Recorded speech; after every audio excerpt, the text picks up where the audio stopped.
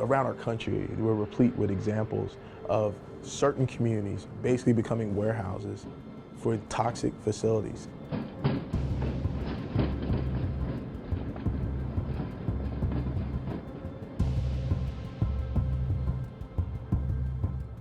Most of the industrial legacy for the city of Newark lies in the iron bound.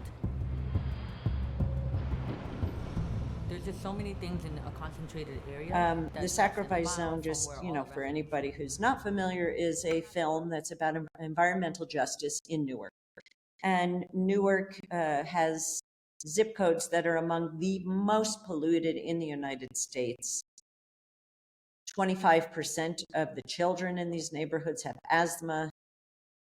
Have in this even area within an area, the neighborhood within Newark that I concentrated on, there are 200 brownfields, which are contaminated plots, zoning plots where they know the soil is contaminated because of industry that's operated there and left chemicals in the ground. And so, in that instance, there's a situation that is untenable. And when I looked at it up close, I felt like this is a crime happening in plain sight, and we are all complicit in allowing this crime to happen every single day because we benefit from it, and we live just a few miles from this neighborhood.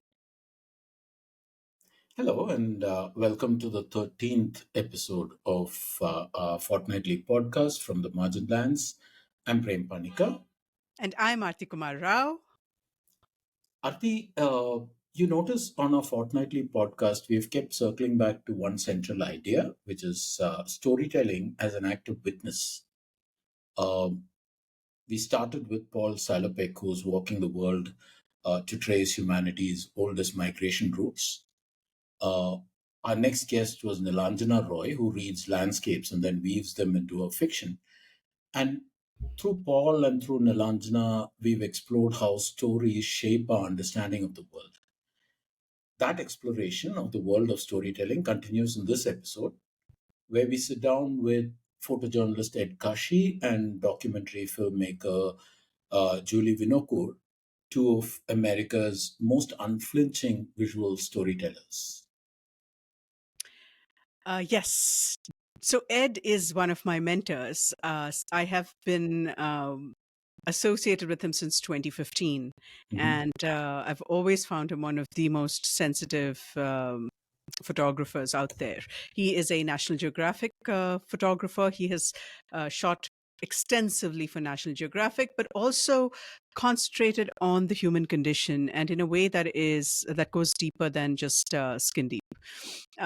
Some of his storytelling spans decades. He really spends time on stories. So it's very fitting to have Ed Kashi and Julie Winokur on our episode today, because both of them, married as they are to each other, are amazing storytellers who go deep and wide. And some of the stories that people who are in the know might recognize. Ed's fantastic storytelling from the Niger Delta, the oil in Nigeria. I think it was called Black Gold stories. And then his book on aging in America, which just broke a lot of stereotypes, and it's just really moving, very beautiful book. Also his documentation of chronic kidney disease across the world, that was very interesting. And in general, on climate injustice, environmental justice, and so on. Both themes that both of them do concentrate on. Julie, in fact, with her groundbreaking film called Sacrifice Zone, which is what has just begun this episode. You guys those who are watching would have seen some really interesting stuff.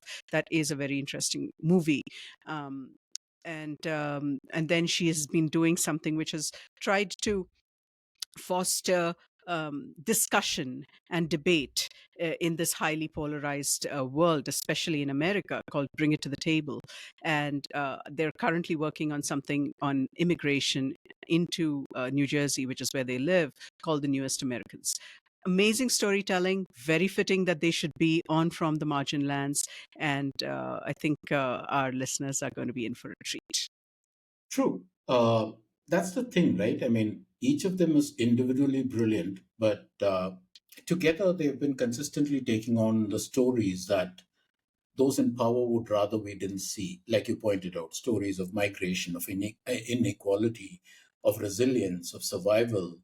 So, in this conversation, we hope to talk to them about the slow burn of decade long projects, the frictions and the joys of collaboration, uh, the radical power of staying with a story long after the headlines have moved on. Because sometimes to really see the world, you need storytellers who refuse to look away. So, shall we get them on stage? Yeah, and also one more thing is that it's not only long after the headlines have moved along. In true slow journalism style, some of these topics are way before their time. They're pretty prescient, right? Yeah. Like bring it to the table. She started working on this years ago, and then came 2016, and the debates and all of that. But Right. she, she likes to say, she's been awake for many years, and I think the honesty in the discussion that is going to follow stunned me, and I think it's something that is refreshing, especially when it comes to given the self censorship that we do these days in this world. And I think the honesty in this conversation is refreshing, and our listeners are in for a slight different twist to From the Marginlands, because we end with a rapid fire, almost Karan Johar style. Mm. Okay. Shall we cut to Ed and Julie? Right. Let's do that. Okay, thank you, Ed and Julie, for being on From the Marginlands. I'm Arti Kumar Rao. I'm Prem Panika. And thanks a lot, guys, for taking the time. Julie, we wanted to start with you and your personal journey into storytelling. Specifically, was there a moment early on that defined your relationship to the kind of work that you're now doing? Yes, I had a very clear moment super early in my journey, and the only staff job I ever had, which was as an editor for Travel and Leisure magazine. So it was a very glossy, high-end travel magazine. And I was working at the time, ecotourism was all the buzz. And so I got very excited because I thought, I didn't get into journalism and storytelling so I could just promote luxury travel. That was never my intention. It was just a job. But I thought the idea of ecotourism was all related to using tourism to help fund preservation, conservation, hire local people, build local communities, like it's supporting tourism in service to the development and preservation of local places. And so I was sent on a trip actually out to California to look at stories for a conservation issue. And I went on a Sierra Club trip. And I got all excited, like, oh, this is great. What a great way to travel. And you're supporting the Sierra Club, and you're all, like all this funding is going to go into protecting nature.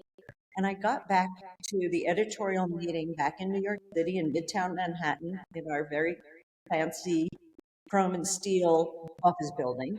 And I go in as naive, 20 something, and I go into this meeting and I'm all excited to talk about the Sierra Club. And the editor in chief looks at me and she says, "The Sierra Club? That's far too radical for us." Cool. And I thought, oh my God, if the Sierra Club is radical, then I am in the wrong building. This is still not where I belong. And for me, that was a moment of saying, okay, I can use storytelling and journalism to further my ideals, or I can use it to, really be part of the problem of what's going on, not the solution. And so that for me was this defining moment of like, why am I doing this? And there are kind of two lanes for publishing, for editorial, and I know which lane I want to be in. And honestly, my career from that day forward has been about using storytelling to advance positive social change, and that's a through line through my career. And Was that an easy transition to make? You're suddenly going from a regular job, whether you like it or not, to a very, I would imagine, a very uncertain ecosystem, right? I mean, there isn't that much of a market for the kind of work you do. Yeah. Well, first of all, have you ever worked in a cubicle in an office building with no natural light and no fresh air? So in Yes. some ways, that transition wasn't so difficult.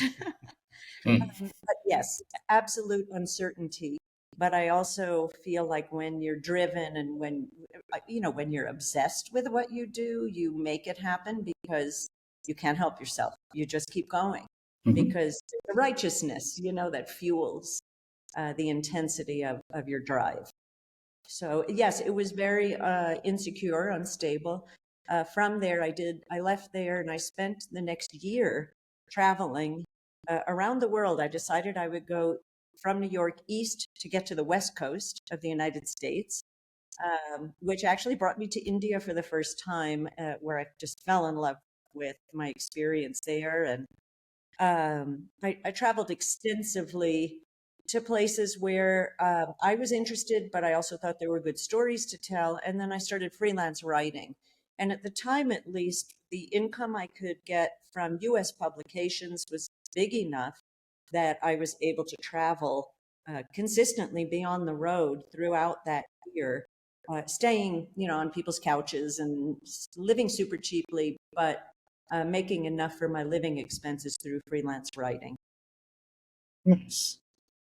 Arti, you want So, had you met Ed by then? How did you guys meet? At a book publishing seminar in San Francisco. Surprise, surprise. Yes, a work related thing. And what were you doing then, Ed?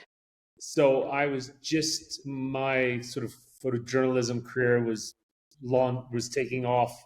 I just completed my first major assignment for National Geographic magazine, which was back then, 8 countries, 26-week contract, something that doesn't exist anymore. And it was looking at the Kurdish people, and it was an idea that I had proposed to them. And I had the good fortune of the writer they assigned was Christopher Hitchens. For those who might not remember him, he passed away prematurely. But anyway, and so I had just completed that. I was already on to my next National Geographic project. The Kurdish story was a cover story in 1992, and we met in February. I think it was February 9th, 1992. So I was going there. Actually, it's kind of sweet. I was going there to try to get my book on the Kurds published, and Julie was going there to get a book on wedding rituals published. So as she likes to say, no, she didn't get the book published, but she did get married. She did get the wedding. Yeah. That is so cool. And Ed, you 35 have an years later, I don't know if she regrets it. Oh, I think I got the better part of the deal. oh, that is cute. And we know, Ed, that well, I know. So I'm sure our listeners would love to know how you got into photojournalism. And I promise we will not revisit this again in this conversation, because I know you've said this tons of times in tons of podcasts and interviews, but just Well, once for our yeah, listeners. I mean, for me, I wanted to be a writer. By the time I was 16, I fell in love with novels, and I had this sort of romanticized idea that wouldn't it be an amazing life to tell stories and work for a long time on something, and then have a book come out, and be able to travel, be able to meet people. That was sort of my. It was interesting because this is like the late 1960s. I grew up in the New York City area, and I remember like watching men on the railroad going into New York City, and they look so sad and so depressed and so tired. And as a like naive 15, 16-year-old, I was like, that's not for me. And so I thought, I want to be a writer. Well, then I get to university. And as I have said, my freshman poetry teacher quickly absolved me of any notion that I might be a writer. And so then I did not come from a wealthy family. I had nothing to fall back on. So I was like, oh my God, what am I going to do? I literally pulled out the course catalog at Syracuse University realized I had gone to one of the best schools in the world for photojournalism in the Newhouse School of Public Communications. And I thought, okay, I'll be a photographer. I remember renting like a Ryko camera for $75 for the semester. And anyway, and then just within literally 3 months of learning like basic black and white darkroom work, I just thought, wow, this could be my life. And as I've said, when I learned about Imogene Cunningham, who then was in her 90s and she was still working, and I was like, wow, if I'm lucky enough to live that long, I could still be doing this. So then it was like hook, line, and sinker. This was for me. But then once I started to learn about, journalistic work, it sort of synthesized so much of many of the influences I grew up with in the 60s and 70s, growing up in New York and around New York City, from everything from the environmental movement to civil rights to women's rights, that all of those, sort of progressive, enlightened sort of movements were sprouting around me. And I was like a kid, but I just soaked it up. Me and my friends, honestly, when I was 10 years old, I stuffed envelopes for Hubert Humphrey against Richard Nixon. Even though I didn't know exactly, obviously, I couldn't have intellectualized what I was doing, but it felt like the thing to do. So that's just that was like the firmament. That's what I was growing up around.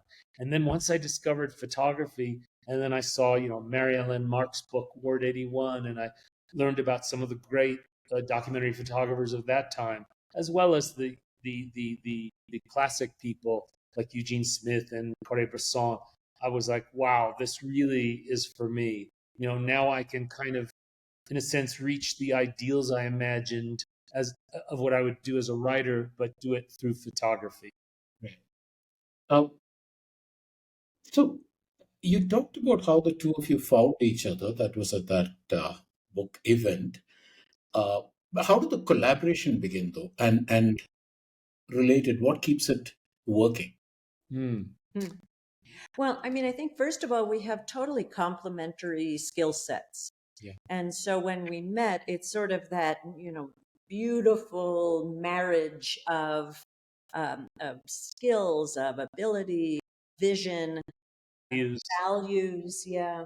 So the first story we did together was actually in Egypt. We were in Cairo. We spent 3 weeks because first I had gone with you on a National Geographic assignment. Right. Water problems in the Middle East. Yeah. Right. So we traveled together for part of that, not the entire assignment, but part of it. And in the course of our visit to Egypt, we found the City of the Dead in Cairo, which at the time there were about 500,000 people living in the City of the Dead. And we thought, what an incredible example of overpopulation and strains on a city and how a city tries to resolve these challenges and income disparities and whatnot. So we thought, what an incredible opportunity to go tell a story. And so then we decided to just go back on our own and spend 3 weeks in City of the Dead, doing an in-depth social documentary look at what life was like in that neighborhood. And so we did that on our own, and we sold that story to a magazine. A few magazines. And it was the beginning of like, this is really what the dream looks like.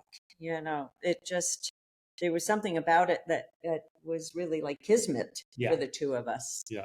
And it's evolved since then, because in the course now we're together more than 30 years.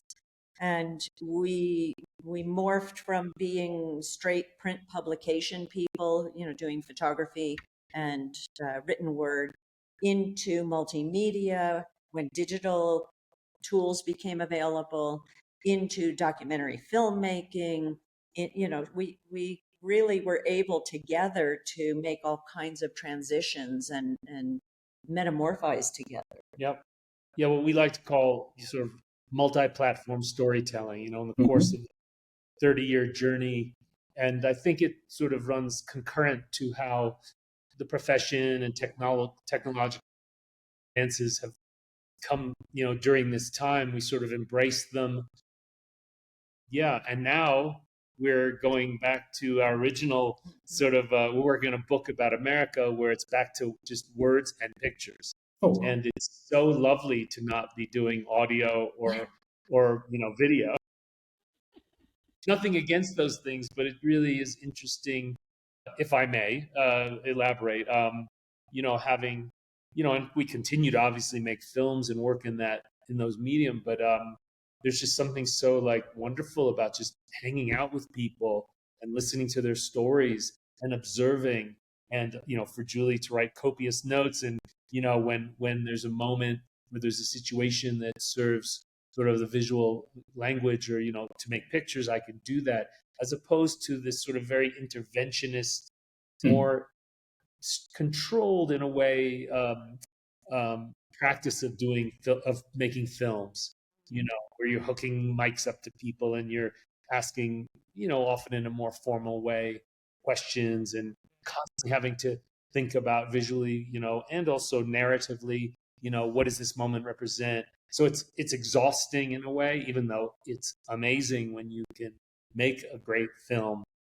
But there's just something about going back to sort of the origins of just words and pictures, Right. and again, just hanging out with people, Yeah.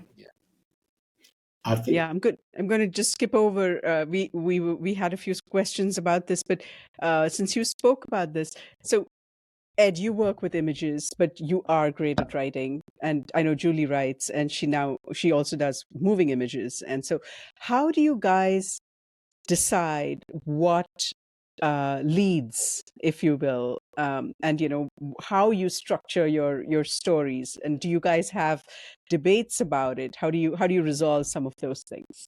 I just listen to everything she tells me to do. Beautiful marriage. You know what they say about men, marry up. Well, I did. No.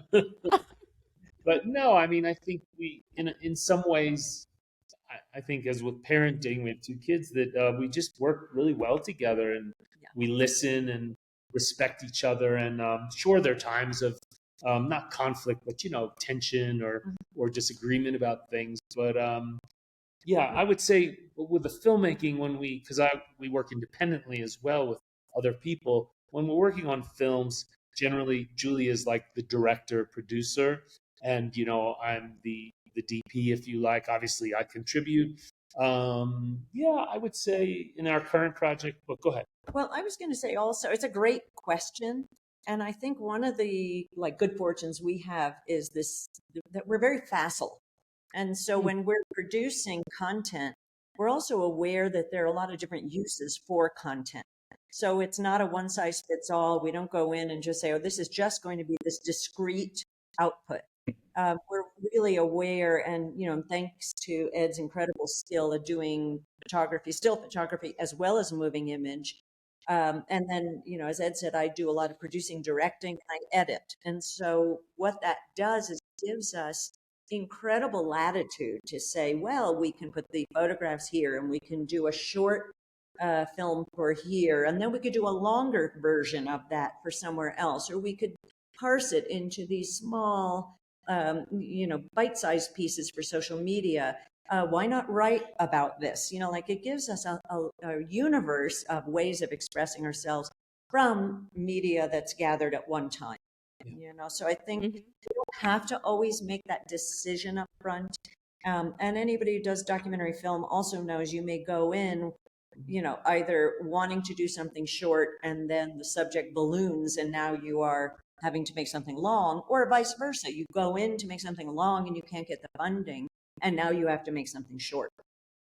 So I think that we're adaptable. I think the running theme here is that we're very light on our feet, and we're able to pivot and work with, whether it's the type of media, but also as the tools are changing and as the outputs are changing and the platforms. It hasn't scared us. We haven't gone the way of the dinosaurs, thankfully.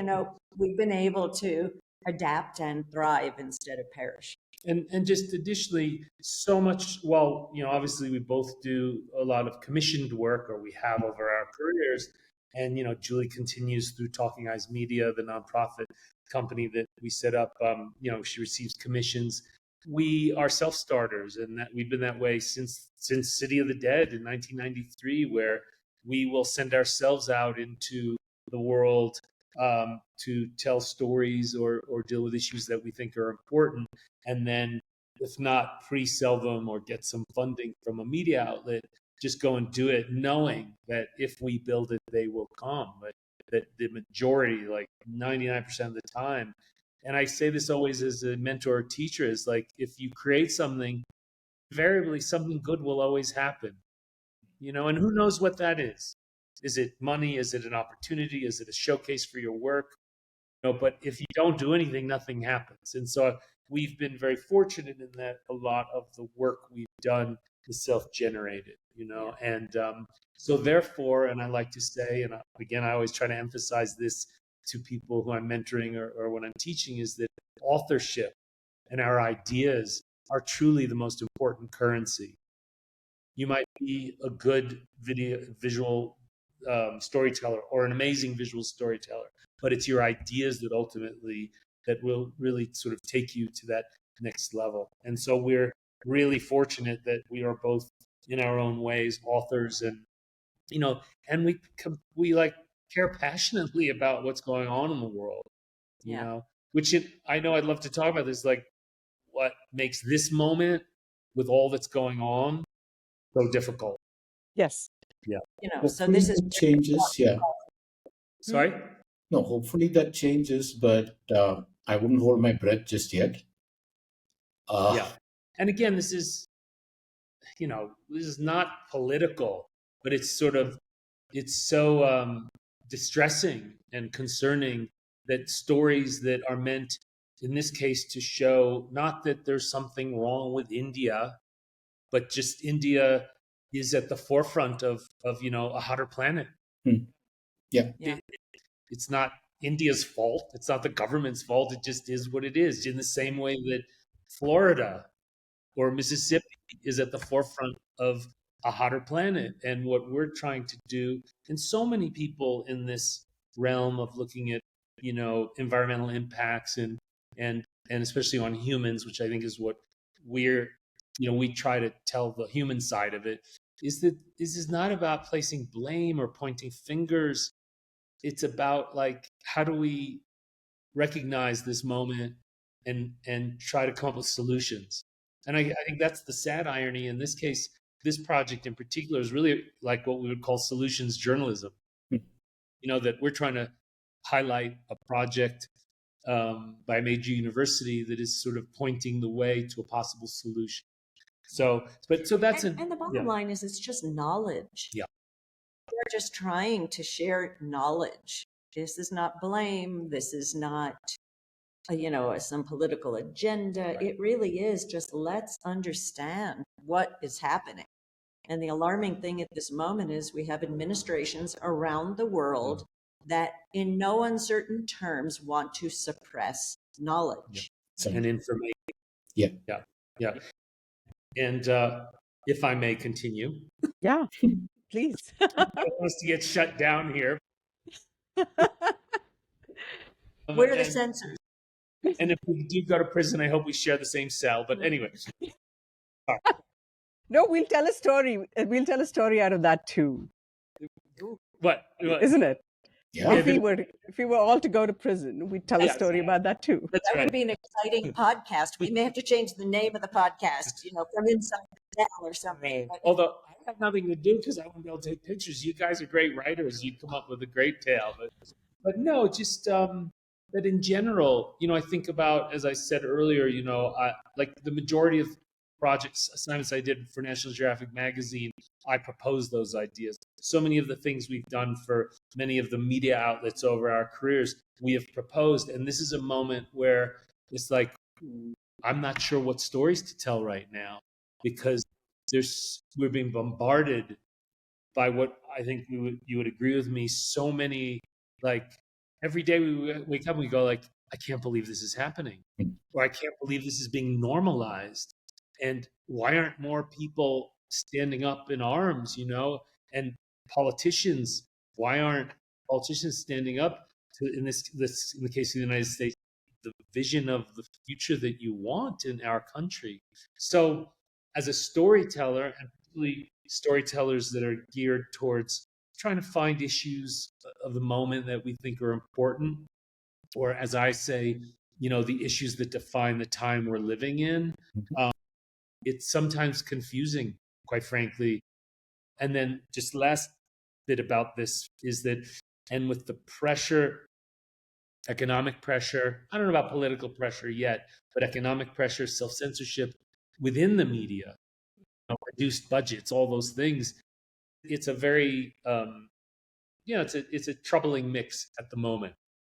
But that doesn't mean we can't continue to do it. Always have to be nimble. Julie sort of alluded to that. Find alternative ways.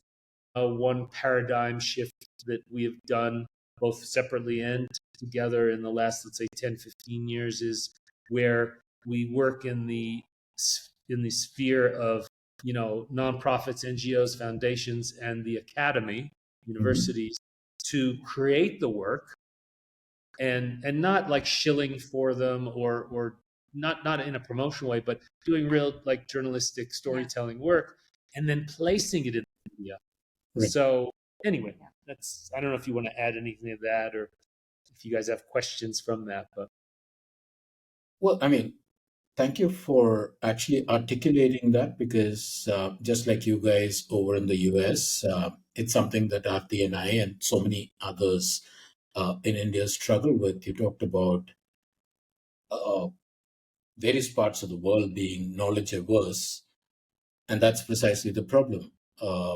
You can see what the issues are, what is worth telling stories about, but you live in a hostile environment when it comes to that kind of storytelling. But moving on, and Julie, both of you are known for these projects that span a decade, sometimes more. We were wondering, because Aarti and I also try to work on not a decade-long project, but longish projects. We were wondering, how does your perspective evolve over time when you're doing this kind of thing? I presume that you start up with certain ideas, but then the longer you spend in the field, does that start playing around with perspective?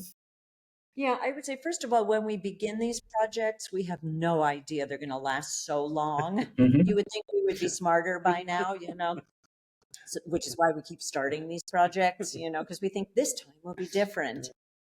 But I will say that they evolve over time as well. So we set out with one mission, unawares that it will be such a long journey. And so some of the longest projects, like Aging in America, was 7 years of field work and then a good year of post-production.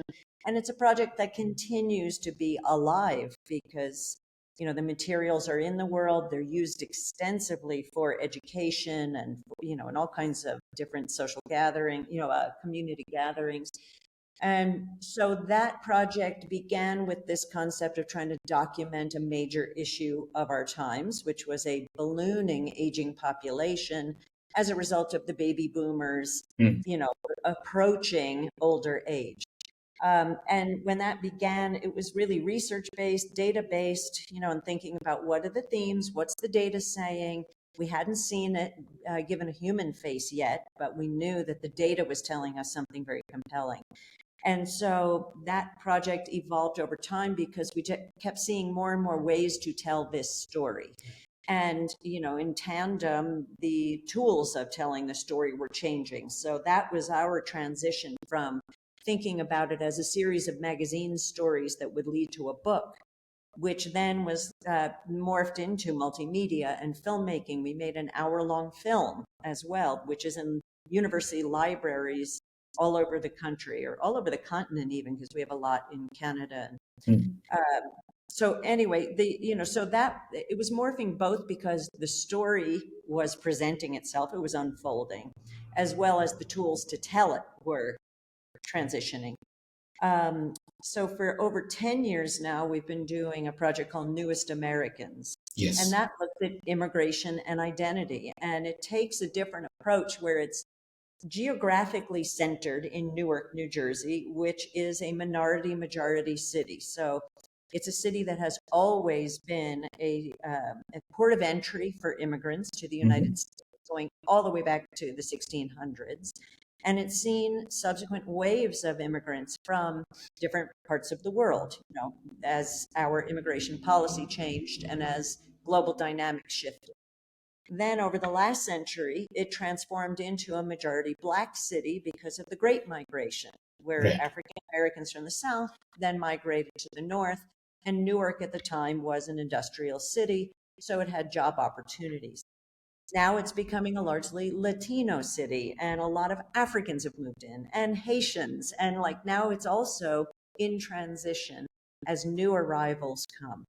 And so the storytelling project, which is in partnership with the public university in Newark, Rutgers Newark, which is also a majority school, became this kind of petri dish to develop stories, learn about stories, teach in an educational environment, and produce like really polished stories to then frame this place as a global city.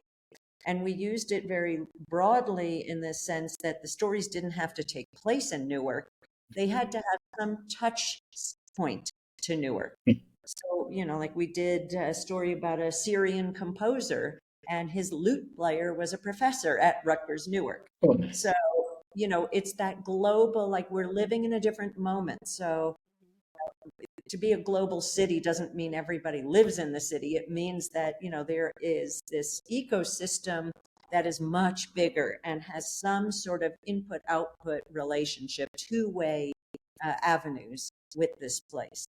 And so that project, when we started, we knew we had a great idea. We had a 3-year commitment from the university to fund. And here we are more than 10 years later. We have published, I haven't kept track of how many stories we've done, how many films, but it has been ranging, and it has potential to continue indefinitely. And I think the only thing hindering us is funding. Right. It's really a funding question and how much fundraising you can do while producing stories. But 10 years is a good run. Yeah. Right. And that work has been placed in, the Atlantic, National Geographic, NPR, the New York Times, so forth and so on. So again, going back to something I said a few minutes ago, that, the stories were funded and generated through academia and, so let's say foundation funding, but we were able to, not all of the work, but some of the work was placed in media. And so, and that's another thing for folks who might think about doing this. Run away. No, I'm joking. For, become an engineer. No, no, they're in danger too. Sorry. But that there is a way to again look for these alternative sources of support and funding to create the work and then still get it out there to broad audiences. And the project Julie was talking about, Newest Americans, we like to think of it as an example of hyper-local storytelling of global significance. Because so often, and particularly in the world of photojournalism, there's this idea, I have to go to Afghanistan, or I have to go to Iraq, or I have to go to India, wherever, very far away to do something of relevance or importance. And of course, there are very important and relevant stories to do in those places. But, I remember as Paul Strand, the great American photographer from the last century, said, I could photograph in my backyard and never run out of subject matter. And I've always held that as almost like a talisman. Obviously, I don't take that literally, but because I don't photograph flowers, but or plants. But that it's that idea of like, look around you. There are all these great stories or characters or issues that are right around you, and that's a totally valid and frankly important form of storytelling. Yeah. Yes, totally. I add one thing too, because you had asked about how these stories evolve over time and our approach to them. I think when you take on, these very substantive issues, these topics, the problems don't go away. And we're not, so naive to think that, if we tell a story now, 10 years from now, it'll be a non-issue. That's so not the case. I mean, we're working on things that continue, they persist as issues that need attention. And while some of the details and nuances might change, the issues, the underlying problems are perennial. The idea of immigration and how we, everything from the policies to how socially do we accept or integrate or mix cultures is always going to be a tension point. Aging is always going to be a tension point in terms of caregiving and how do we handle that as a society. I've done extensive work on civil discourse. I did a project that is now, like 13, 14 years running, that refuses to die because our civil discourse is so poor, and so when I started that, I thought, I had this burning need to do this project called Bring It to the Table. And it's all about how do you talk to people about issues you totally disagree on, and how do we have constructive disagreement, and how do we learn to be better listeners in that process, and how do we problem solve with our imagined enemies, our perceived enemies. And so that issue, when I started to create that body of work, there was clearly, it was a problem. And then 8 years later, all of a sudden my phone was ringing off the hook and people were saying, "You were so prescient. How did you know?" And it's like, well, I was awake. I mean, how did I know? It's been a problem and it will continue to be a problem. And now it's an out of control problem. Right. Yeah. I mean, and not just in the United States of America. Exactly. Yeah. I think. Right. So, I guess, so one of the things is, like, you're talking about how it's evolving. You're talking about going, years and continuing, because of course the problem doesn't go away. It morphs. There's different things that happen. You're looking at it differently. It's changing you as things are going on and so on. Is there a point at which you guys decide that something is done? Yeah. If I may. So, please. well, I for me, a good example of that is the project that I've been working on about chronic kidney disease around the world. And I started that in 2013 as a small commission to go to Nicaragua to do a story about this thing I'd never heard of, chronic kidney disease of non-traditional causes in the sugarcane growing area. And once I got there and I saw what was going on, and literally every day there was a funeral for a sugarcane worker who was dying of this disease. This is in Chichigalpa, Nicaragua, which is kind of ground zero for this. I was like, okay, this is my next personal project. Because I'm always looking for underreported stories or a fresh angle to something we think we know, right? In this case, it was an underreported issue. And then, for the next 10 years, I went to India, Nepal, Sri Lanka, Peru, El Salvador, in the end, like 7 countries, Qatar, to report on this. But then I got to a point, and with the colleagues I was working with, where it's sort of like, okay, where else can we go? Like, surely the Central Valley of California, this must be happening, because it was about repeated dehydration, poor agricultural workers working in very hot places without proper protection, right? Whatever, Thailand, Egypt, Cameroon, it would be endless. But then what we realized is, how much does the public want to see pictures of people dying and being sick? At what point is it not whether it's numbing or it's just there's no value in it. And please, I say that not, of course, there's value in people who are getting sick and dying, but that as a journalist, as someone who's trying to raise awareness and actually be a part of change and have impact, we sort of felt the efficacy of that work maybe had run its course. And then the other thing was, we frankly couldn't verify in other places that this was happening, whether it was a lack of research or there's another issue. And in India, this is the case where like we went to Tamil Nadu, the state of Tamil Nadu. I don't know, then the population in 2016 was something like 85 million people. And the authorities were saying 4% had this disease. 4% of 85 million people, that's a lot of people. Not all of them are dying and getting, but a lot of them were getting sick. Some had died, and you saw the impact on the family, on the community. And anyway, and so some of it is also underdiagnosed because there's also a stigma attached to Yeah. finding out you have this disease. Anyway, so I think after a decade, we kind of felt like, I think it's run its course. We're not finding anything new. Again, not to minimize the people who are still getting this disease, but and that there was maybe a less of an appetite in the media. Or the other beautiful thing that sometimes happens is not that I spawned this, but that myself and maybe other journalists who have worked on this issue, it gets like new generations of storytellers who, like, whether they want to make their name or they're genuinely interested, and they tell the story. So I can like step back, and that project now has morphed into this, looking at the impact of heat stress on workers.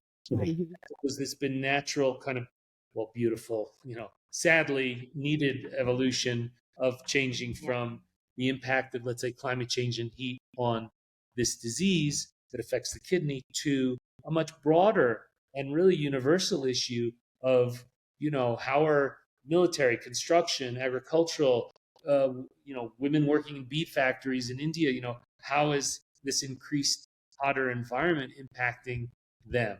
Because one thing that I've really come to feel, and it was never okay that people who worked hard to bring us relatively cheap or inexpensive commodities, it was never okay that they would get sick and die. But in today's sort of globalized, connected world where we can't deny this is happening, it's just not okay. And so I see my work, and I think we share this value, that while raising awareness about an issue is great, we want to do more than that. We actually want to we want our work. Yeah, we want our change. Exactly. We want our work as storytellers to be part of change. And how does that happen? It happens by the collaborators you work with, the epidemiologists, the scientists, the activists, whatever is relevant, that they're the ones that can take the media materials we create and then use it to make that change. Right. Yeah. And I think with storytelling, something Ed's alluding to as well is you can't keep retelling the same story. If you have told it, as storytellers, you need to keep moving forward. And so if you feel you've told that story, unless you have a new angle or there's a new development in that story, you hit a point where you are done. And it's a combination of curiosity, like, has to propel you forward. Something fresh and new and timely has to appear. And there's a stamina question in all of this too. Yeah. That there is a point where you just feel like, okay, I've done the marathon. A marathon does need to have some closure, and that's not to say that the issue's gone away or not, which is the passing of a baton to a next generation who discovers that, something new and fresh for them, and so she said that much better than I did. No. But no, thank you for that, because Arati and I are in a nascent stage of working on a project together, and this is one of the questions that I was struggling with. How do I know the boundaries, the in point and the out point of the story?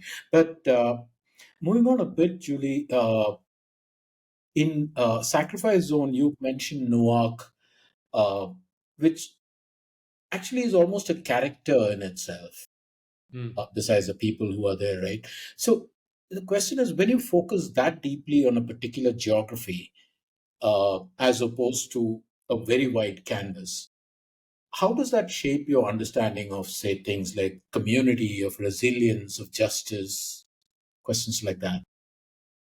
Well, I think you have a much deeper understanding of it. You understand its nuance, for better and for worse. You see where community comes together and is incredibly powerful in its unity, and you also see its tensions and its fissures, so you understand its shortcomings as well and how it gets in its own way.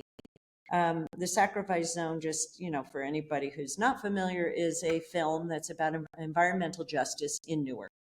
And Newark has zip codes that are among the most polluted in the United States. 25% of the children in these neighborhoods have asthma. Have in this even area within an area, the neighborhood within Newark that I concentrated on, there are 200 brownfields, which are contaminated plots, zoning plots where they know the soil is contaminated because of industry that's operated there and left chemicals in the ground.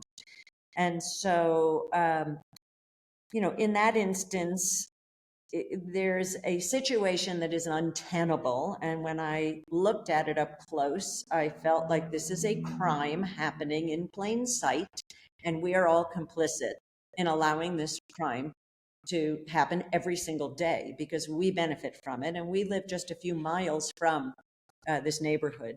And it is the place where all the sewage goes. It's the place where our garbage goes. It's the place where recycling goes, and where all kinds of things are manufactured Newark that Airport. we benefit from. Newark Airport is there. All the goods that we're buying from Amazon probably have come through that port and driven on diesel trucks through that neighborhood. And so for me, that was an opportunity to look and say, okay, we are all part of this, even if we don't live in it. We need to understand our interconnectedness. We need to put a human face on who is paying that price. And the title itself, The Sacrifice Zone, is about that concept that it's like collateral damage. It's like we have all kind of decided that these people in this place will be sacrificed because of the lifestyle we want to live. And so this to me is like you don't have to uncover some sort of hidden problem. Often these issues are right in front of you and they're daily, right? They're not in plain sight. So on the note though of community and in this particular situation, it is a tightly knit community and a guarded community because they've been taken advantage of so much. And so me coming in and saying, I want to tell your story, I got a lot of pushback. Kind of like, who are you? You're not one of us. You don't have the lived experience we have. So are you coming in just so you can take? Because we don't need to help you make a film if it's just about you furthering your career. We've had too many people do that.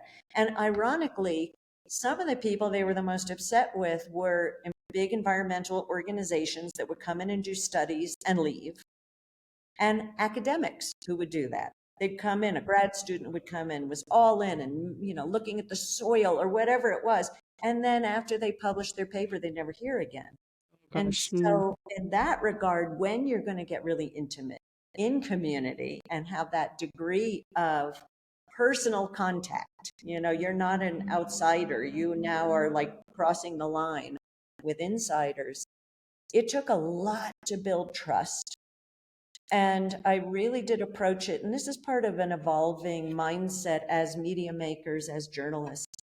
We used to go in and take stories. I mean, we did that a lot unawares, just really, we had not evolved enough in our own practice. Now, going in, it is a much more conscious collaboration. And so I worked incredibly closely with the protagonist in that film.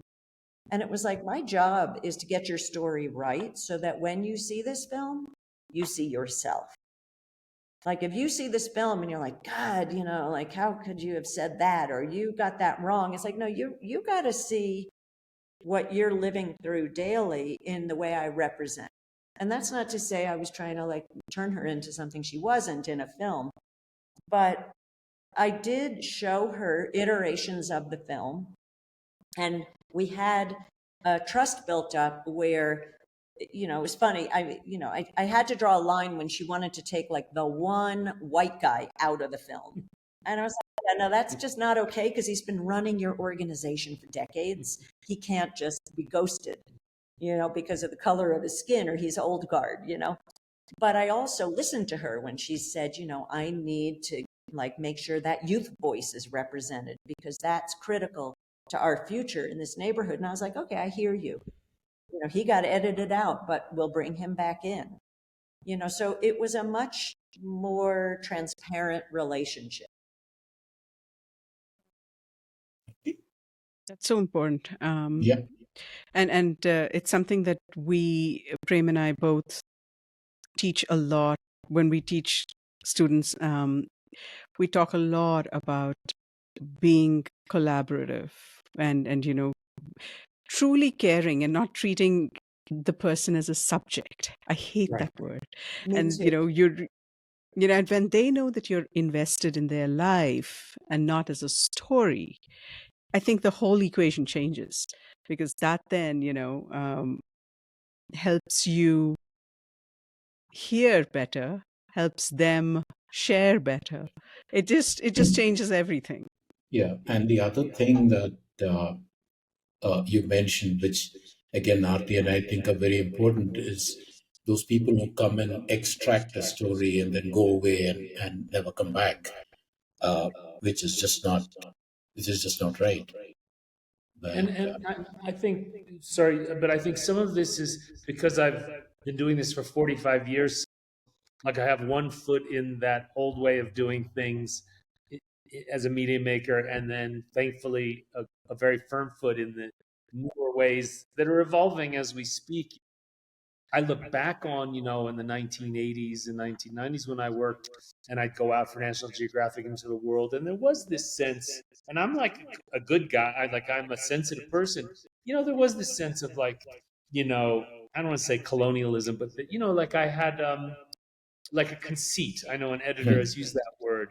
I can come to India and I can tell your story, and it doesn't matter if you ever even see it, what I've done.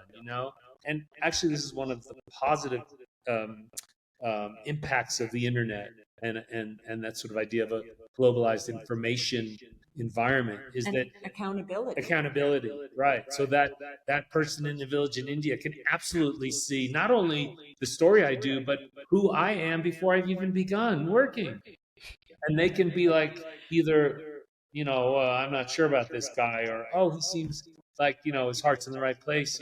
So this whole idea of collaboration, and I know that in some ways that might go against the tenets of journalism, this sort of separation of church and state, so to speak, and objectivity and all that. And thankfully we don't operate in those strictures.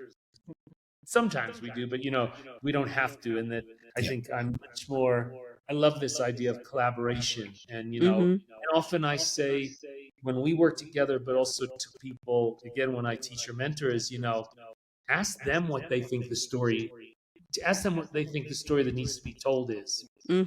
Don't come into it thinking, I know the story that I should tell about you.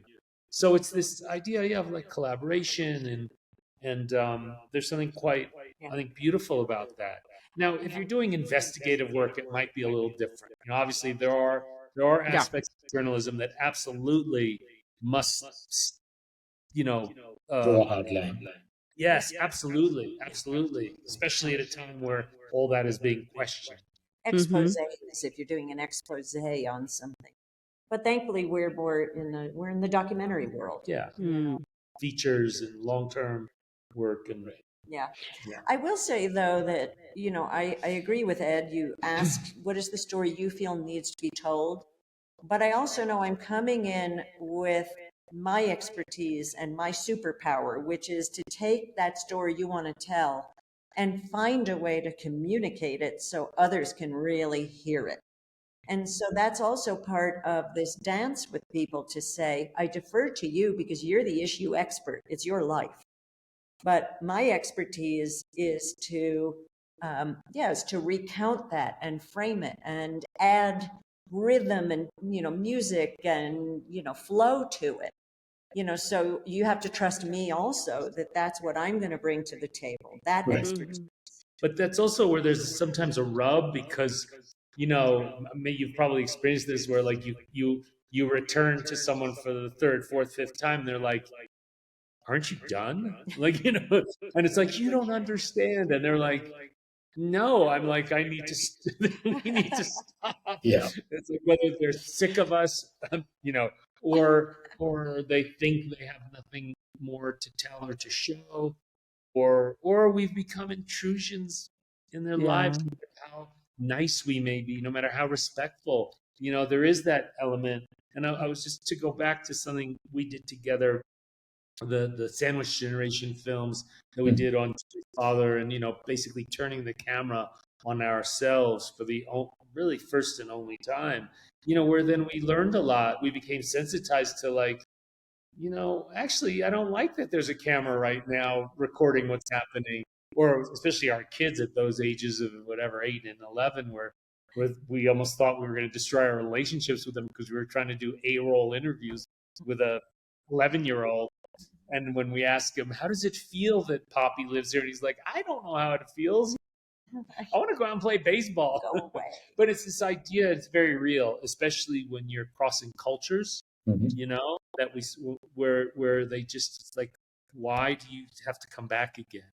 Yeah. And that can be really hard when, as a storyteller or a journalist, you feel like I still haven't gotten the story, and that's an interesting, tricky balance or dance to have in this idea I of remember, Ed, you telling us at Anderson Ranch, this thing we do is a very strange thing. You had It's said. so weird, right? It's so strange. It's like, I want you to let me come in and whatever. I always use this, photograph you bathing your naked mother, but don't talk to me. Ignore me. Just go do your thing. Right. Don't mind me. Right. I know. It's so weird, but it's sort of a necessary, not an evil, a necessary element or condition of doing this work. So also, just in our evolution, I want to say that when we were younger, I think we had no compunction about saying, let me come in when you're bathing your mother. Right. And, oh my gosh, somebody had a crisis. Can we come? Right. That sort of thing. Like, we want to be there with our cameras. As we've gotten older, I think we're a lot more conscious of, do we really need to be there at that moment? Is it fair to you? What is the purpose? How are we really going to be contributing to some bigger, just purpose, outcome with this? Or is it a bit gratuitous to have us there? And so I think we're a lot more sensitive than we used to be. Before it was like, in the name of documentary, in the name of journalism, and it's exciting, right? You just get there, Yeah, and I think we're more hesitant now. I don't remember what happened recently, but we had that feeling. Well, we did a film. Here's an example. We did a film about this couple where she was a former New York Times writer and editor. She started doing prison ministry where she was reading letters from inmates and responding, because there's a whole prison ministry program in New York City that she became part of. And in the course of that, she met an incarcerated man, and they connected, and they fell in love. They met, they married while he was in prison. And fascinating story, like really, a kind of dog bites man kind of a scenario, kind of like a unicorn story, really interesting. So we wanted to tell that story, and became friendly with Sheila Rule is her name, became friendly with her, and she said, great, yes, absolutely. And so her husband was scheduled for release after 21 years in prison. And so we had these deep conversations, like, so what do? We should be there the day he gets out. And it was kind of like, but what's this telling? It's going to be journalistic pictures of a guy greeting his wife and hugging, and there we are after, like, this is the first time they get to be normal, as a couple, and we're there, and we better know why we're there. If we want to ride in the car with them, we better know why we're there. What's the point? And we opted not to be there for that, because that wasn't going to be really compelling pictures. The compelling thing is, how does love unfold over a prison barrier? Like, what is that about two people who are able to foster deep connection when through the bars? And so we ended up telling that story in a much more creative way, where we took the letters they had been writing to each other for a decade, when we had them sit down and read excerpts from the letters under theatrical lighting. And then we told the story as a love story that unfolded through the spoken word. And then we came up with other visual treatments around it. And we did, Ed took some photographs of them at home as a couple. And, those pictures went out sort of as representations of what the story was. But it was like, for us, I just, we made a clear decision. It was intrusive and not to their benefit. And it's kind of almost, it's weird to admit that, but it's so interesting. I do think about that as I've gotten older and I've done this longer, I've actually, you would think I become inured, like, oh, now, but we're more sensitive.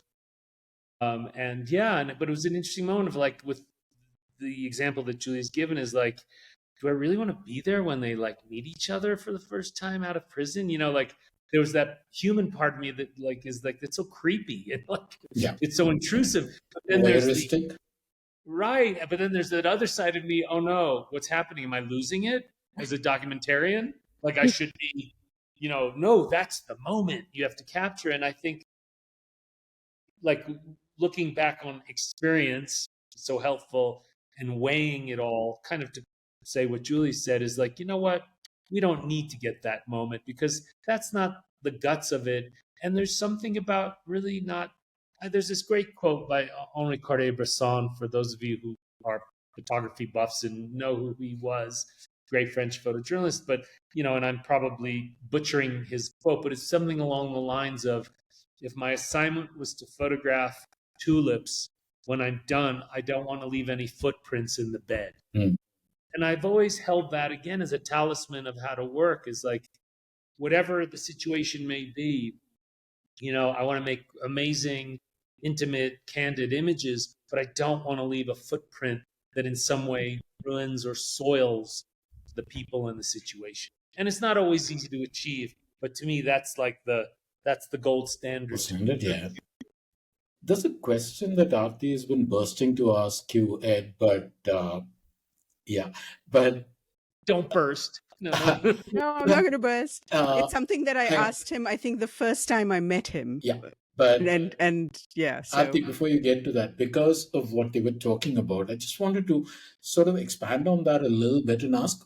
So, when you guys document injustice, which is what you do most of the time, environmental, say, in Sacrifice Zone, or social in Newest Americans, do you see yourselves as neutral witnesses or as active participants? You spoke a little bit to this earlier, but I was wondering if you could elaborate. And I also wanted to ask, as a supplementary, in such situations, are there moments when the line gets blurred?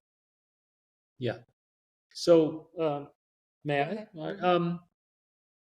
So it depends. Like if I'm on assignment for someone, whether they've commissioned me or I've gotten them to support it, then I'm much more likely to really try to maintain that whatever objective position and role.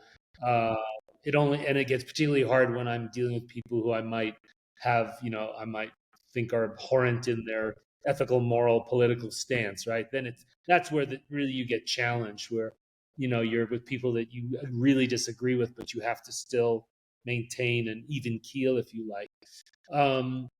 But if I'm not on assignment and I'm not representing a media outlet, if you like, then I feel I have a little more room to be subjective, objective, to just be human, And there's certainly been instances, I don't know if this is answering your question, so you can follow up if it's not, but where I've actually completely crossed that line. Like with the Kidney Disease Project, there was one situation in Nicaragua where, the activist we were working with brought us into the home of a sugarcane worker who was, I think, about 37, and he was 2 or 3 days away from dying. And like within 5 minutes, I'm photographing him again, lying in bed with his 15-year-old son, rubbing his feet, like an incredibly emotional scene. And then a week later, he died, and his brother had said, come to the hospital. We go to the hospital. We photograph sort of just after he's died with the brother there. And then the brother says to us, I have no way to return his body back to our home, which was 30 minutes away by car. And we had rented a van. I said, we'll take the body. Now, I know, and colleagues of mine, like Jim Estrin at the New York Times, if you did that, I don't know if you'd be fired, but huge code violation, right? Right, yeah. But in that moment, I'm going like, Jesus, man, they opened up their lives to us. They've allowed us to photograph these incredibly intimate and very difficult situations. This is the least we can do, to help them. And I don't think it like changes the essence of the story we're telling, Yeah. But then this gets back to that idea of collaboration. Yeah. Right. Yeah. And so the line I will not cross is giving people money. Yeah.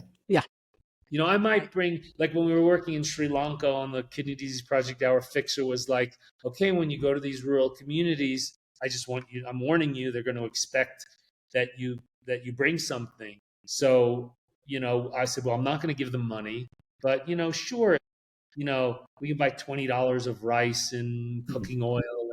And again, if I was on assignment for the New York Times, I don't know about the National Geographic, that would be a code violation of their ethics. And I totally respect that they uphold those ethics, by the way, which is also what pisses me off so much, that people talk about this fake news. They have no idea the professional rigors and ethics that people at major media outlets uphold. Yeah. Most civilians don't uphold those ethics in their own lives. Mm-hmm. So anyway, all right.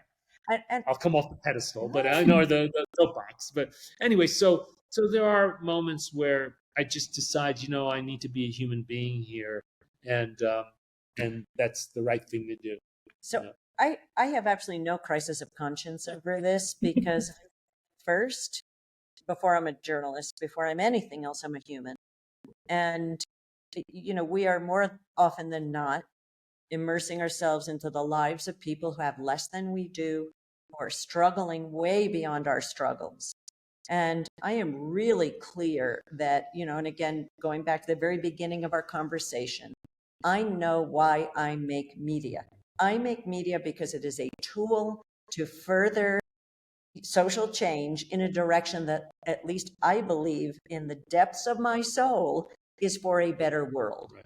And equity is for a better world, and so I'm dealing with injustice in its various forms. So for me, this is never a question, and I agree. I don't give money because I don't want to feel like I'm paying for your information. Yeah. So I think that to me is a very sticky place, but I don't hesitate, like taking a body somewhere. I wouldn't hesitate, stepping in and helping as a human being is never, sharing a meal, paying for a lunch when we've all been working all day is not even like, why are we even discussing this? Because I'm taking your time away, right. And so, but also in terms of what I plan to do with this media, it absolutely has a point of view. It absolutely has value judgment.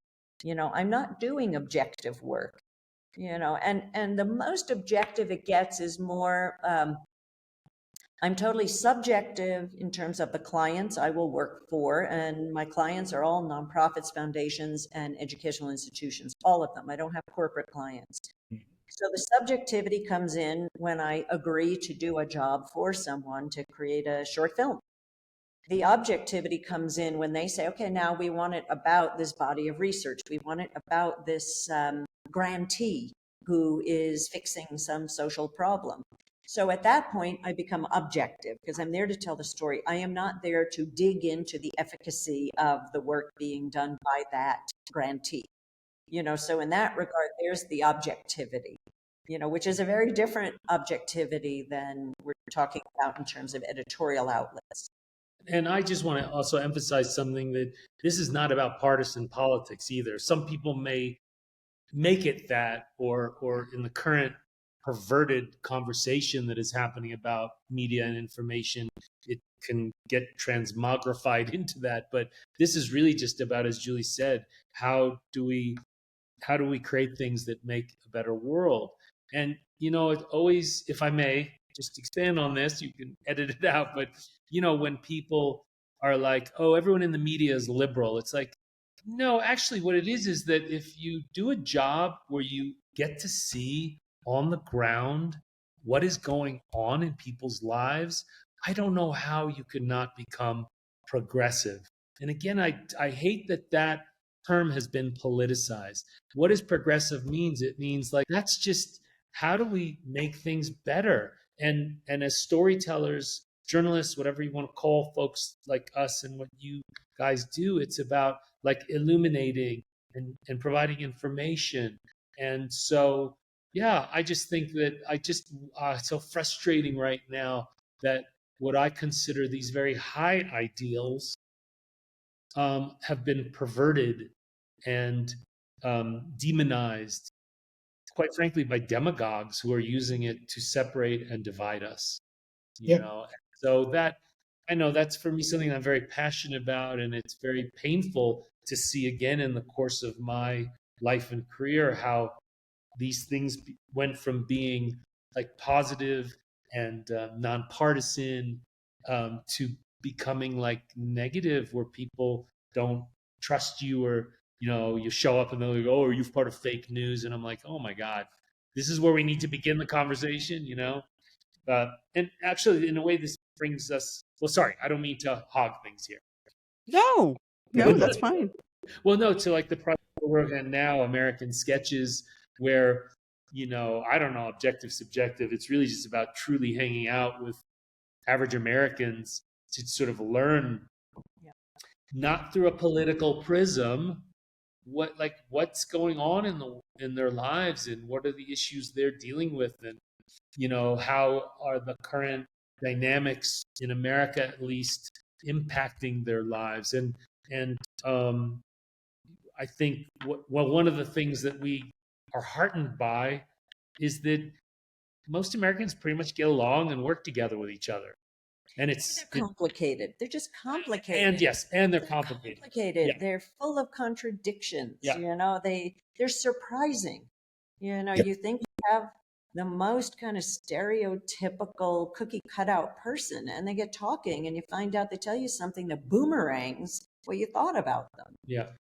That's the joy of doing this. And Yes. and I just think this is a moment too that like maybe this is one of the biggest lifts of our job, is to say there's nuance, and stop taking the headline as the gospel, and we get you to slow down enough to look at how complex these stories are and how complex people are, And I think this is where media, which is a big generalized term, but often fails us because it relies on tropes and it relies on, as opposed to, like a great recent example, if I may, was we were in Texas along the border, one of the places we're working, and we met this rancher who is like Hollywood central casting for what you would think a Texas rancher would be, the way he looks, the way he talks.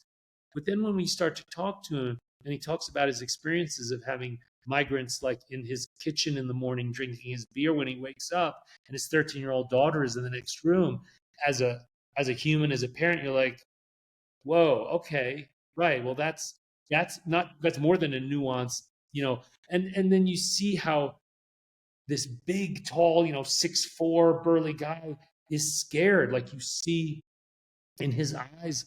And again, I still don't agree with him politically, but I see him as a human that is reacting from genuine fear and concern. And so there's that part of me that, again, in a guy who, like, I feel is so much part of the problem in America, my heart still goes out to him on the human level. And I and then there's just examples all over the board of that, where that's what I think our huge challenge is in the project we're working on, is, how do you bring those complexities and those nuances to life in a way that, I don't know, maybe opens people's eyes, or, what we're trying to do is how do we bring people together right now? Because there's so many forces, and your guys are experiencing that in India in some ways in a much more violent and horrible way. Again, if I may, with the demonization of your Muslim community, and where you're pitting communities against each other. You're not, but some people in government Thank are. you. And then you're like, and I've been to India 10 times. We've made our first child in India. You know, it's like you realize, like, you know, He has a little kind of engraving on him that says "Made in India." I'm getting to that. I'm just, that's the one I'm bursting with. Yeah. So getting there. He was So, not but an preconception. there Anyway, are two things that I'm going to just touch upon before I get to the thing that I'm bursting with. But to your point that you've just been talking about, Ed, about people labeling, oh, media is liberal, blah blah blah, but then when you sit down with people, you actually begin to understand where they're coming from. The epigram on Marginlands, my book, which you were so kind to read. Thank you, Ed. Yes. It says it's by Catherine Boo, who wrote this beautiful book called Behind the Beautiful Forevers, where she says, when I settle into a place listening and watching, I do not try to fool myself that the stories of individuals are themselves arguments. I just believe that better arguments and maybe even better policies get formulated when we know more about ordinary lives. Well, that's beautiful. And I think that's exactly what you guys are talking about, right? Stunning. Can we use that on our book too? No. Please. It's not mine. It makes me think of some Yeah, uh, Shield. Yeah. Shield, who wrote a book. She's written a bunch of books about where she goes really deep dive living in communities, and she was working in Louisiana around environmental issues. And what she talked about is climbing the empathy wall, which I think is a very simple way of putting that quote, where it's like, just stop and listen, put your crap aside, and you invariably, even if you don't fall in love with people, you empathize with them. Yeah. Okay. What do you the other thing that go ahead. You're bursting with a question. You know, yes, I am. But before that, you guys mentioned Sheila Wu. Sorry. No, I said with Arati, there are a series of small explosions and then the big burst. Yeah. It's always little explosions happening. But you mentioned Sheila Wu, right? I remember in Anderson Ranch, you, Ed, you either quoted her or the guy, and that quote, it's hanging on in the other room on my wall. Do you remember that quote? I think it was the guy. I'm going to go get that quote, while maybe Prem's talking to you guys about something. But first, let me ask the question that I'm bursting to ask. Yes. You talked about turning the camera on yourselves, right? I want you to just turn the spotlight on yourself a little bit, Ed, and explain to us where Kashi comes from. Wow. Okay. Apparently the name Kashi was the original name of Varanasi. So the sort of, Hindu spiritual, home of Hinduism. Also the Buddha lectured there, but also Kashi is the original name of Kashgar in the Gobi Desert in China, and in Iran, they believe that the name emanates from the city of Kashan. And then my parents were both born and raised in Baghdad in Iraq. So I don't know if you're aware of this, but it was a failed project, but I wanted to do something. I wanted to ask about it. What happened? I was so excited about it. Oh, well, I named it Arc of the Name, with this idea of, going from east to west, from the Gobi Desert to Varanasi to Iran and to Iraq, this arc. And it's not about religion, and it's not about me and my family. It's more about, like, how does a name travel? And of course, it's beautiful. The name means city of light. So as a photographer, that also resonates. But what happened was, I came to Varanasi in 2019. I spent 2 weeks there, and it was amazing. I got incredibly ill after I left, and I lost like 15 pounds. I made the mistake of thinking I could go native and eat like the food in the alleyways. It was delicious, but my constitution isn't that strong. Anyway, then, of course, I didn't really think it out. I am not going to go to Iran right now as an American citizen who would be known as a journalist. And my family heritage is Jewish, even though I'm not a religious person. I'm just thinking that's the trifecta. right? Journalist, American Jew. I'm not interested in being a You're not coming hostage home. of the Iranian government, so I'm not going to go there. And then working in Kashgar, I mean, I'm That's not also, being yeah. imprisoned, but at least deported. So then I realized, like, that was not that project is not in the cards in the current political landscape of the world, unfortunately. But I thought, what an interesting, there must be equivalents of that of other names. But there's also something about like Varanasi. I mean, you're talking 5,000 years, and like Indian culture, like Chinese culture, to some degree, Judaism. These are some of the oldest cultures in humanity and all these traditions. So that there was that whole romantic, like, how can I use this name that I happen to be bestowed upon, to dive deep into the sort of the history of the world in some way. But unfortunately, I think, like I say, the reality of politics and Geopolitics, and also very real security concerns, it's not worth it. I think Paul Salopek waited in Georgia for 9 months, and he still didn't get an Iranian visa to go to Iran through Iran. So he had to then walk around through Central Asia and come into India via Wakhan and Pakistan, and then India. It's so sad. I mean, my God, crazy. The Iranians are very smart people. You would think they could like do the deep dive on who this guy is and realize he's not a spy or whatever. And it's like, and the terrible thing is, like, when these things happen, it means we lose the opportunity to learn about this incredibly rich culture of Persia and Iran. It's so frustrating. These artificial enemies in the world. It's so frustrating. And frankly, I look at that having spent time in India and Pakistan. It's like, I know that you're different ethnic groups and blah, blah, blah, but you're the same people. Yes. And it's so funny. National Geographic wanted to send me to do a story on Indus, but then just like you, I was hitting the trifecta of being a woman with a Hindu name, right, and carrying a passport that they did not want coming into the country. Right. Same way, there's just no way I would have gotten into Pakistan or gotten back out of there. So unfortunate, really unfortunate, because it would have been a fabulous story to tell, which of course was done beautifully by Alice Albania, but still. Yeah. Actually, can I share an anecdote around my name? So in 1998, I did a story about Pakistan for National Geographic. Like, I know Pakistan is a humongous place to do one story. It's absurd. Anyway, but that was and so one of the things I wanted to do is go to the line of control.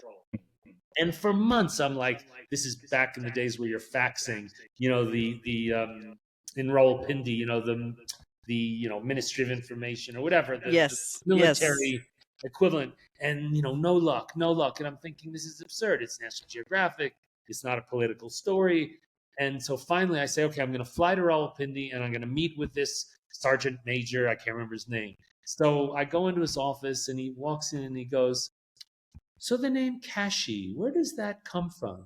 And then I realized, you think I'm Indian.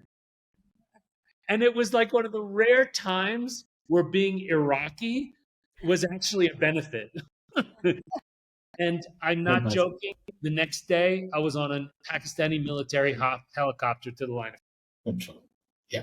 So it's absurd, these things, but I don't know how we get around them, especially in the current we're living in, where it's worse than ever.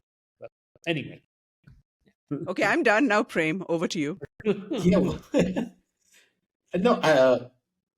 One of the things that happens with guests like you guys is there's so much to talk about, and both Arati and I make all these elaborate notes. We must ask about this, we must ask about that, and then suddenly you catch sight of the clock out of the corner of your eye and you're like, oh my God, we've taken too much of their time. But before we let you go, one of the things that both of you invest a lot in is education. Teaching, you do your workshops, you do your mentoring. I had a couple of questions. One is, can storytelling actually be taught? And related is, what's the hardest lesson that you find young storytellers struggle to grasp? Is it technical craft? Is it empathy? Is it, just persistence, or just learning to listen? Yeah. I don't know. You want me to go or you want to go?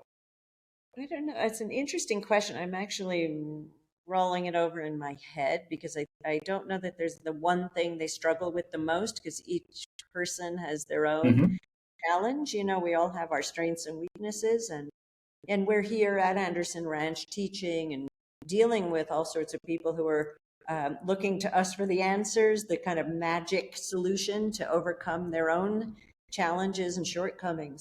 So I don't know that I have a great answer for that. Well, I'll give it a try. No. You go. And then you'll edit me and make it better. Okay, no. So I do believe storytelling can be taught, but it's like with anything, the student needs to have certain qualities, some of which you can't teach, like curiosity, genuine curiosity. Yeah.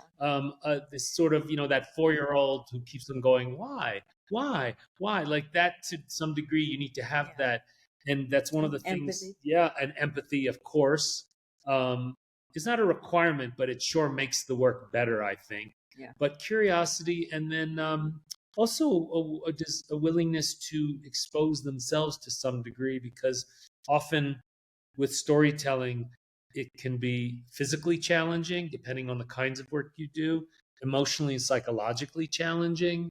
Like there are real things that happen when you put yourself out there. Again, it could be security risks, it could be emotional risks, and so forth. And then I think just the intellectual challenge of, doing your homework and trying to learn about the place or the person or the issue that you want to tell the story about. Some mix of those ingredients need to be present in the person, in the student, if you like.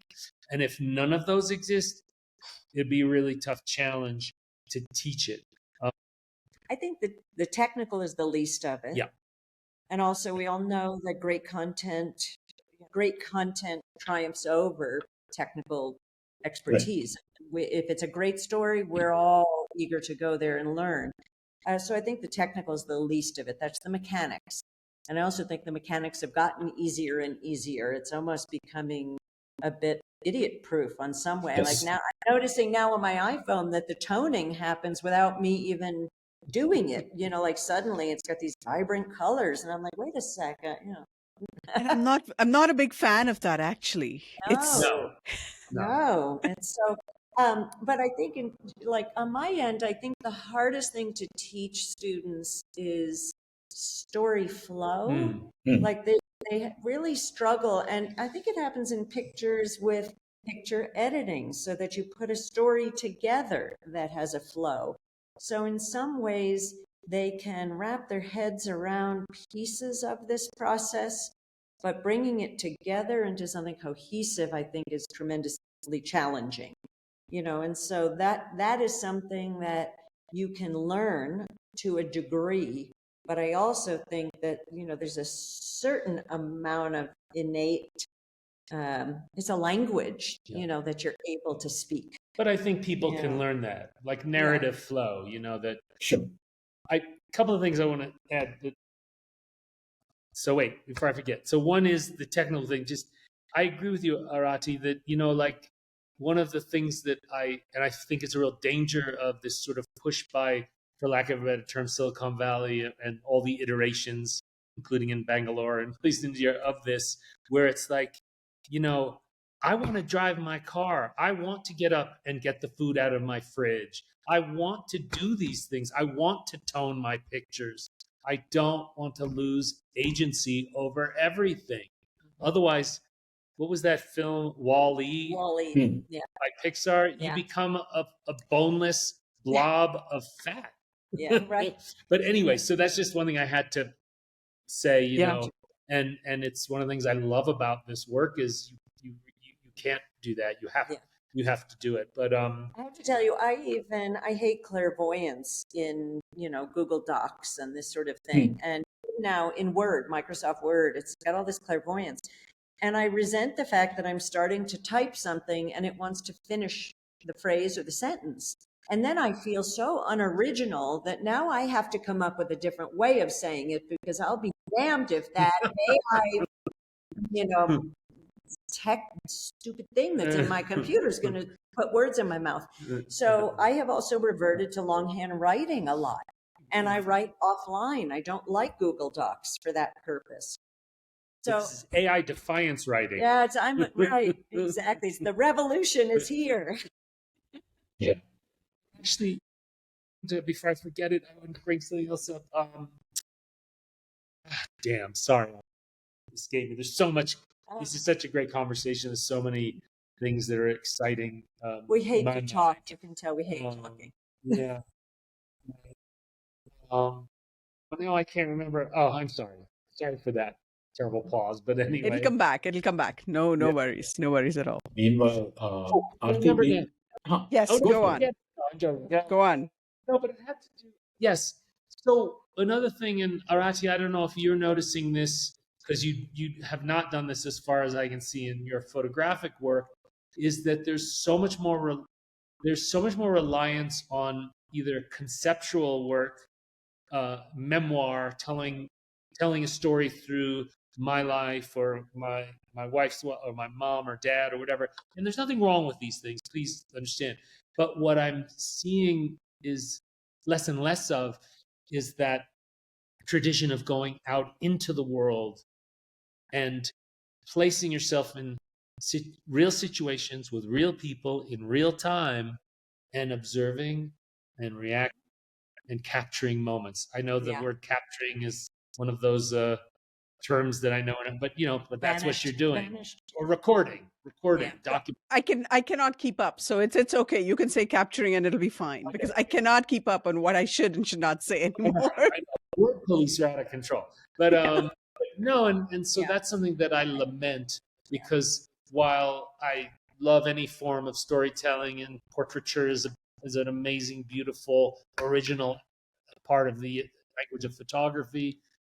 Memoir is hugely impactful when done really well. I lament the idea that, and I wonder why it is like that people either are less inclined or more afraid, or maybe because of just budget and opportunity, unable to go out into the world and do these things. So I would hate to lose, I guess, what we would call like observational journalism or reality-based documentary work. Yeah.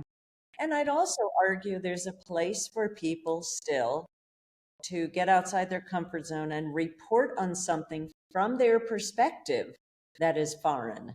I also would hate to see that we reach a place and time where, unless you are, a middle-class woman who grew up in New Jersey, you're not allowed to tell the story of, middle-class women in New Jersey, that sort of thing.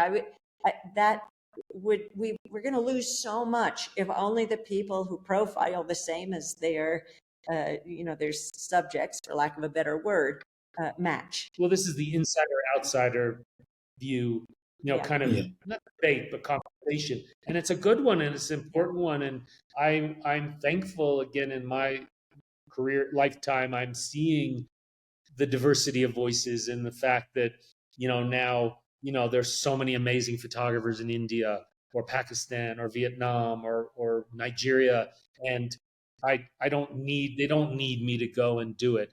But I still, if I go to those places, I still offer a valuable perspective. Yeah. So we've now talked your ear off for like 2.5 hours. Yeah, I was just 1.5. 1.5. Yeah, but I was just I think we need to let Ed and Julie go. Day. But Arti, you want to take it home? I was wondering whether they're open for a rapid fire. Sure. Yeah? Go So for it. quick. I'll give you quick. I'm going to read out 10 questions, but 1, 1, 1, 1. We'll just go, alternate, okay? We'll start with who's going to go first. Very simple. Quick, whatever comes to your mind, answers. It's okay. It's not rocket science. Okay. So, Julie, most overlooked issue. Oh. Aging. Yeah. Aging. Yeah. What has been the sweetest reward, Julie, for you? Our kids admiring us. Wow. Beautiful. Ed, and I'm sorry you're getting this question, but it was just, anyway, the toughest day of your life. I guess it would be the day when I was just under 10 years old, and my sister and mother told me that my father was going to die in 3 months. Oh. Yeah. Wow. That's a hard one. Yeah. Julie, the dream you hold dearest. Well, I have No. the dream I hold dear. I mean, I have so many fantasies about the alternate lives I might have lived. So that's a bit of a hard one for me. But the dream I hold dearest. I mean, you know, because I'm always fantasizing about being an organic farmer. I know it's so not the reality of my life, but I have these dreams, or of being like a female explorer who, you know, Brain goes surgeon. across the desert. And oh yes, a brain surgeon. That's my next life. I really want That's to. neat. These are fantasies. I don't know if that's what you were looking for, but Okay, Ed, your one shining moment. Wow. Blowing raspberries at everything. Oh my God, there's so many. Gratitude. So many, it's hard. Does it have to be mine or just a shining moment? Shining moment. Go for it. I mean, honestly, when we birthed our second child, which was a home birth, and this is really Julie's moment, but I knew she wanted a girl because our first kid was a boy, and the midwife placed the baby on her chest and said it's a girl.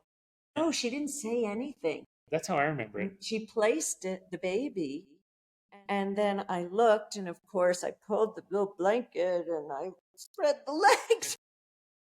But I remember her face when she was like, "It's a girl," and I just remember, I don't know, one of those moments of like, it's not my shining moment, but it was just Definitely a shining moment. Yeah.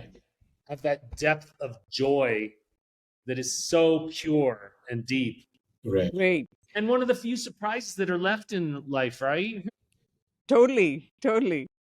Julie, do you have any regrets? Oh, interesting. Yeah, I do. I have. I'll tell a couple of regrets. I mean, one is on a professional level. It has been incredibly challenging as a woman and as a mother, and as the mate of somebody who was traveling 6 to 8 months out of every year. My regrets are that, you know, I wasn't able to fast track my own career in the way that it was presenting and could have been, what could have been. So, you know, I definitely had a lot of regrets for a long time about not being able to pursue fully the vision I had, you know, and instead I learned other skills and I found ways to continue within my profession, but it would have looked quite different had I not needed to be anchored at home as much as I was. So that's a regret in a, you know, in a sense. That was a persistent, you know, gnawing regret. But on a personal front, we took care of my father when our kids were very little, and my father moved into the house with us. He had dementia, and he died at home. And it was an incredibly stressful period for me because everybody's needs were contained in this vessel, and I couldn't breathe. I just had so much going on, and I was building Talking Eyes Media, and I just had so much going on. And my regret is that I wasn't able to put aside some things and look long, you know, the long game. And I think I bled too much of that stress. And I regret that because it was a finite time, in the same way that, you know, your children are only young for a certain period. It was a finite time. And I certainly never wanted my father to feel he was a burden. And I never wanted my kids to feel like the pressures were, you know, burying me. Like, I wish I could have put all of that in perspective so that it didn't vent.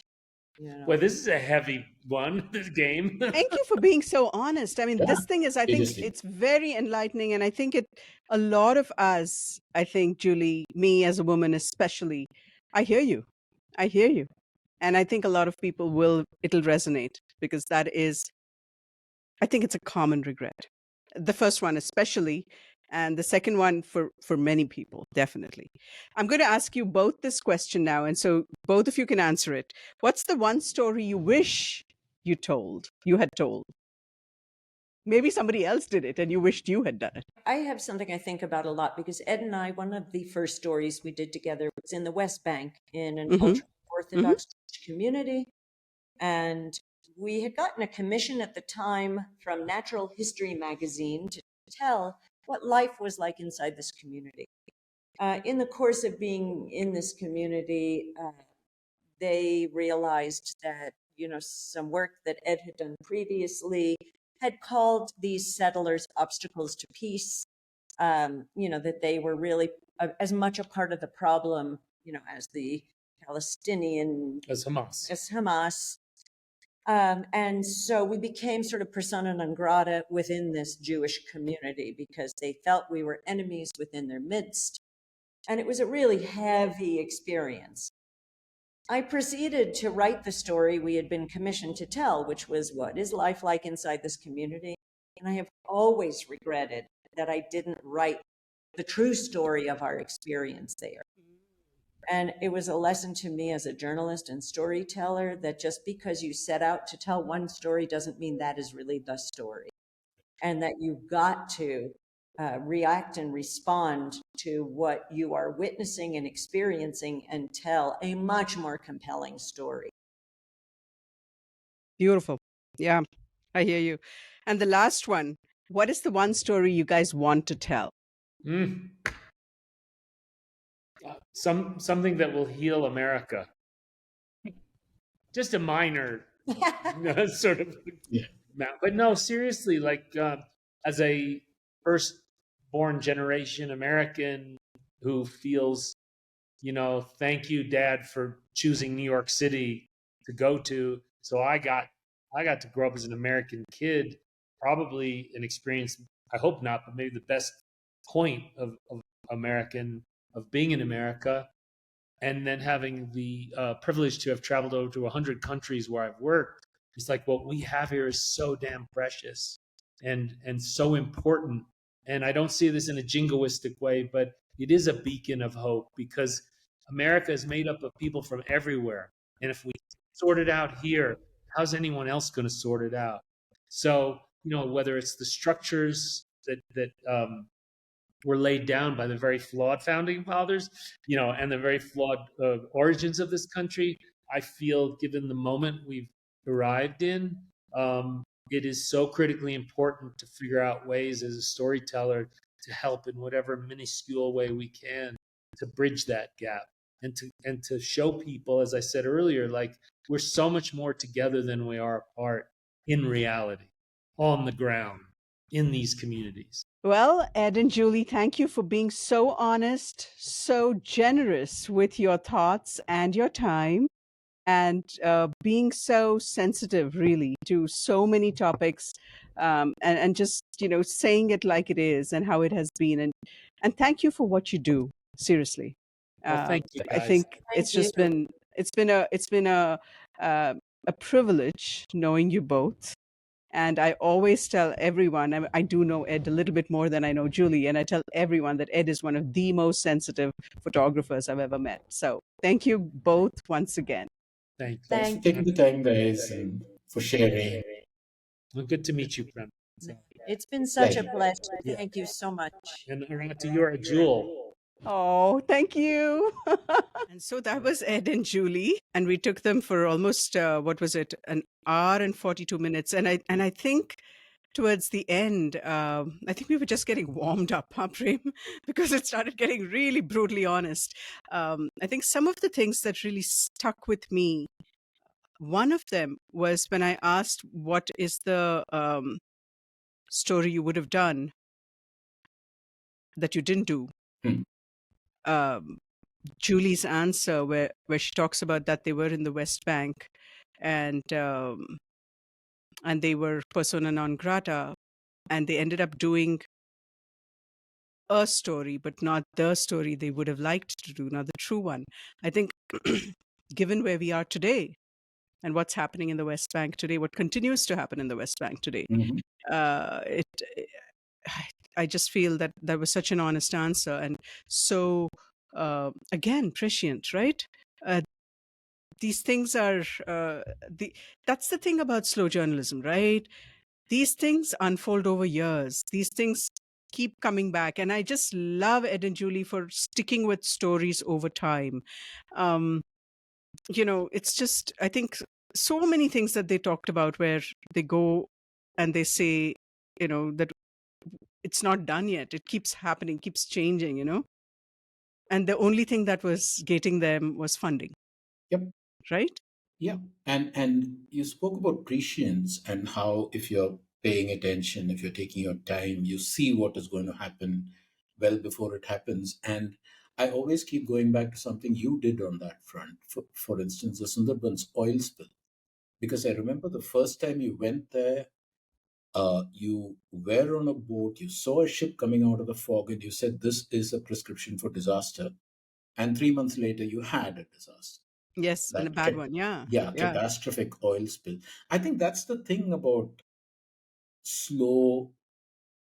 Forget about calling it slow journalism. Call it slow observation, marination in a landscape, in an You environment, said the right? word marination. Remember Yeah, what Ed said? Going and putting yourself out in their milieu, in that society, and talking to them, just hanging with them, right? Deep hanging.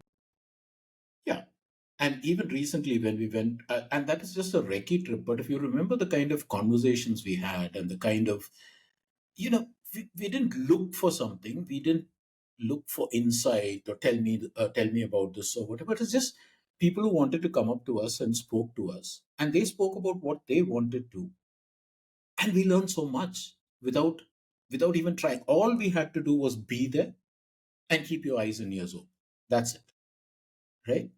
What else did you make of Ed and Julie's? The other thing that really hit home, and I have a feeling if there are other women who have children who listen to this, will be when Julie said that one regret was that Yeah, she could not, kind of really jumpstart her career sooner. And she had, oh my God, I keep thinking of those 10 years that I spent, in corporate because I had a baby, and, Sanath was traveling and blah, blah, blah, whatever, right? So uh, I think that is such a universal, not regret, but it's just this thing that has held so many women back for in the prime of their lives. yeah. And of That course, the said, joy of the child is completely different. I was just going to say you better say something about the joy of the child because No, child Sanjana will will be kill you. listening. Child and husband might both listen to this episode. I better say something good. No, but seriously, of course, there's no joy like that. At least, the way Sasha's turned out and, all of that, I'm just really super lucky in everything that has happened. No doubt about it. But having said that, what Julie said, I think so many women, I mean, we put kind of our lives on hold for those many years, sometimes a decade, sometimes more than that. I know people around me who are 2 decades and going and still, not hit their stride. But um, that's that really kind of hit home. Yeah. And overall, I mean, you probably felt the same. What is refreshing about them? One, they are so down to earth. They're not Ed Kashi and Julie Winokur. They're just two people who like to tell stories. And there's a very earthy, grounded pragmatism about everything they do and how they explain it. And the other thing is the honesty ranges from crystal clear to brutal at times. Hmm.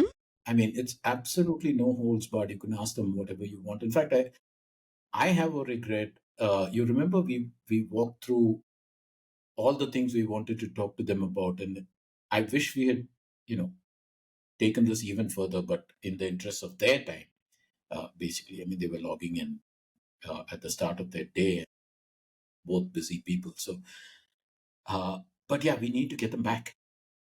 No, definitely.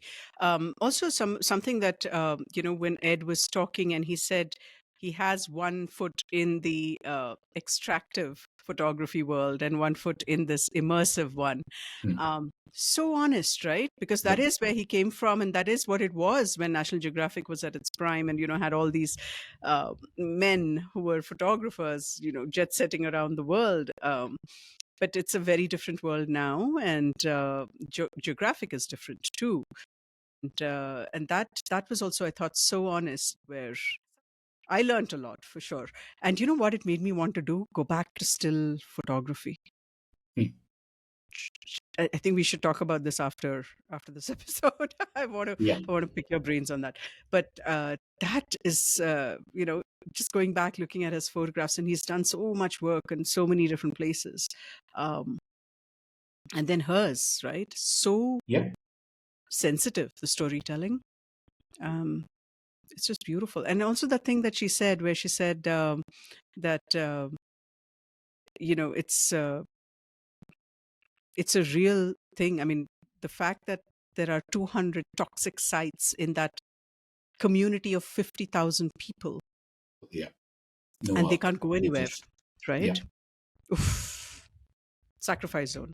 That's what we began with. It was just yeah, I think it's a lot to take in. This is a heavy episode, a lot to see. I really hope people watch it on YouTube rather than listen to it, because this one is visually very Visual. heavy.